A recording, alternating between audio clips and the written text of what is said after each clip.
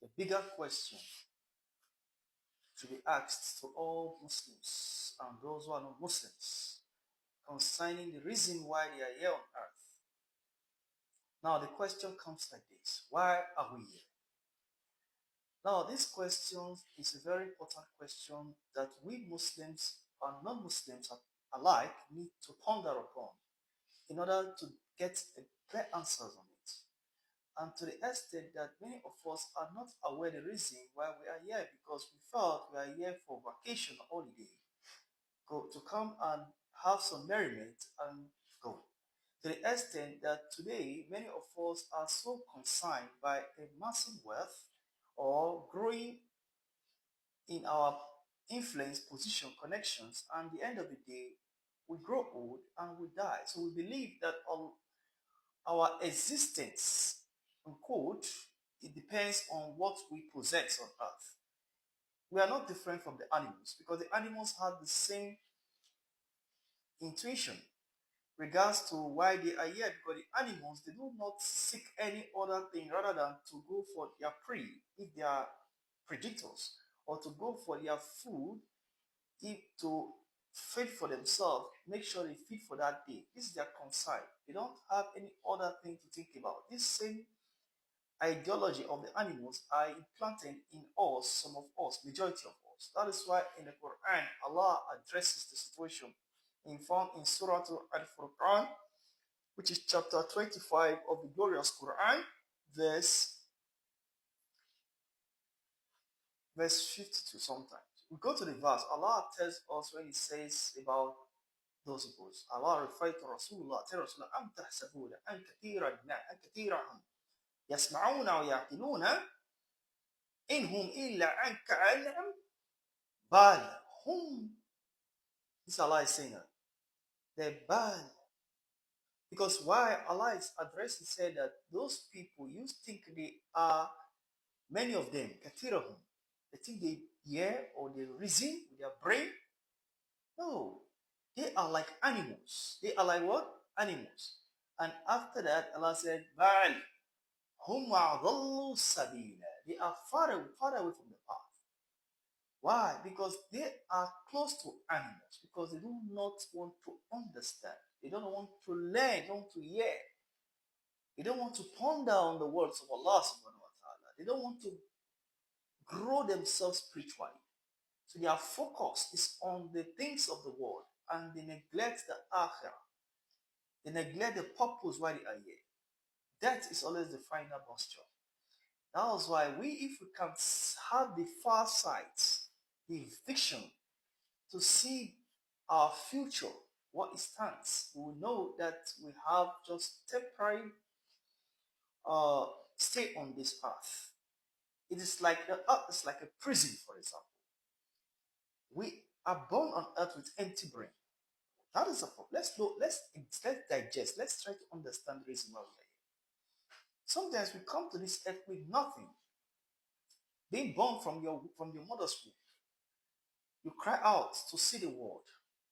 Just a baby with an empty brain, and you start growing both in size and in mental strength by acquiring knowledge or experience around you or your environment.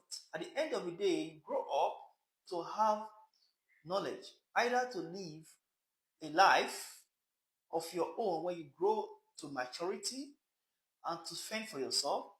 At the end of the day, you get busy with a lot of things and you do not know that death is approaching. Just like the others are prison. You are just there, you're just being locked in a prison. It's like if you have the vision, for example, that you are in a room, being locked in a room with some men, hefty men, having muzzles, holding some spears, some holding swords, ready for your head to be chopped off, and you sit down watching them, you will comport yourself. You will have some composure and be awakened and be conscious, because you know at any moment you will only be chopped off. This is exactly the situation we are on earth. But many of us speak carried away because we are lacking the vision.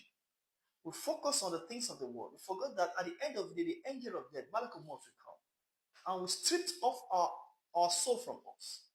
At the end of the day, death comes. When you say innaka maut, when the mouth comes, that every sokulu nafs you taste that. This is the end of it. So we should be very conscious. Allah says. That was why in the purpose of our creation on earth. What's the purpose? As Allah mentioned in a very important surah, the Quran. Allah says that dhakir, remember, inna dhikra tanfa mu'minin. Surely always remind yourself, because the reminder, which is the Quran, the dhikr, because Allah refers to dhikr as the Quran or the books for guidance, is a beneficiary for you. It's beneficial for you. It's a profit for you, for believers. And after which he said, I said, "Ma khalaqta jinna wa insana illa liya'budun." The purpose for you being created, both man and jinn, is for you to worship Allah. This is our purpose on earth. Nothing more than that. That's why at the end of all your possessions on earth, all your aggrandization of wealth, yet death comes. You lose everything. So what is the purpose? So some people think that if you get, just imagine a situation whereby you have the opportunity to have a private jet. When you get a private jet, you ride a private jet probably for 2, 3, 4, 5, 6 months. You get tired of it. Now your mind is anticipating something more better than private jet. This is the mindset. See, just 25 years ago, there's a phone that was invented called Nokia 3310. Some of us are minor at that time. Their phone 3310 so evoke that people today, that time, they were happy having phone. So wealthy men were having that Nokia 3310 cell phone, thinking they have graduated from a telephone. Now they are using a cell phone called Nokia 3310. They are proud of it. They pride in it. They see it's a very beautiful phone, very phone that will not go into a state. But today, if they could, some of them who witness today having iPhone 16 or iPhone 17, for example, which is a far greater phone than that Nokia 310.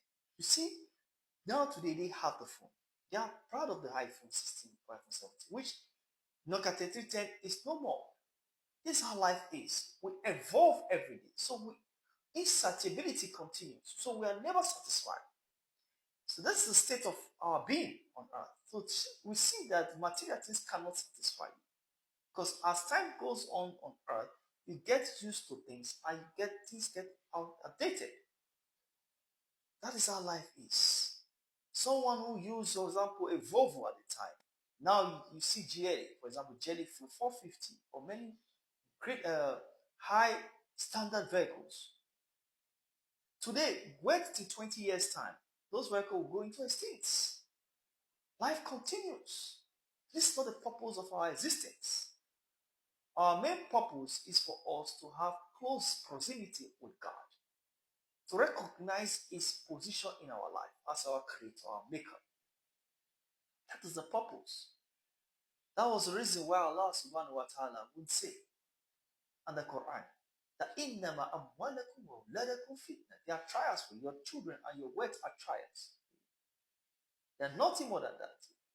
So you being in a position that you don't have, but you have Allah, because Allah says in the Quran, again, when it addresses the situation, He says that, well, He said, Ya ayyuhan nas, He said, calling, Allah is calling the men, oh mankind.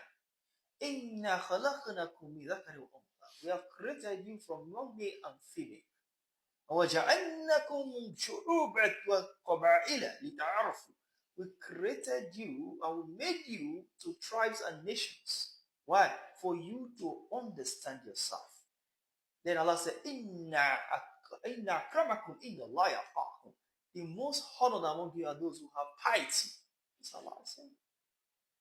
So if you know you are not classified among the animals, you are not part of the animals, you have to elevate yourself above the animals by having the enlightenment, having the fear of Allah, having the knowledge not to be deceived by the clerics or some people who come and deceive you. Because many people today are deceiving their fellows, either from the Christian or from the Islamic world, telling them what to do because they don't have the faculty to reason. This is how Allah has placed it on human beings. Allah is trying to let you understand that in the sight of Allah, you have to strive to attain piety. That was why in Surah Al-Ankabut,